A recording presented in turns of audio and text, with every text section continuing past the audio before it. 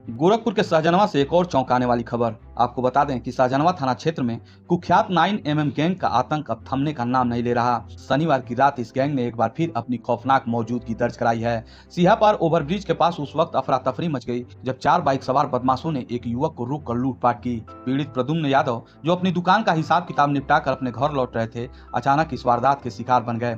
प्रद्युम्न ने बताया कि जैसे ही वे ओवरब्रिज पर पहुंचे, सफेद अपाची और काले स्प्लेंडर बाइक पर आए 4 नकाबपोश बदमाशों ने उन्हें घेर लिया। न सिर्फ लाठियों और हाथापाई से हमला किया गया, बल्कि 5,000 रुपए नगद और उनकी सोने की चैन भी छीन ली गई। और इस दौरान बदमाशों ने खुलेआम खुद को 9mm गैंग का सदस्य बताते हुए इलाके में दहशत फैलाने की कोशिश की। लूट की वारदात के बाद बदमाश मौके से फरार हो गए।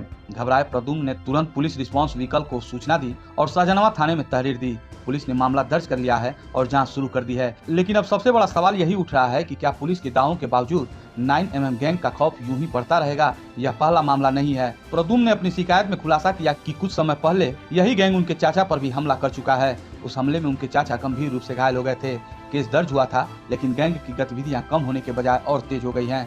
स्थानीय लोग कहते हैं कि रात में घर से निकलना अब किसी खतरे से कम नहीं। एक के बाद एक लूट और हमले की हिंसा की घटनाओं ने पुलिस की कार्यशैली पर गंभीर सवाल खड़े कर दिए हैं। लोगों का कहना है कि 9mm गैंग के हौसले दिन ब दिन बुलंद होते जा रहे हैं और यह गैंग बेखौफ होकर वारदातों को अंजाम दे रहा है।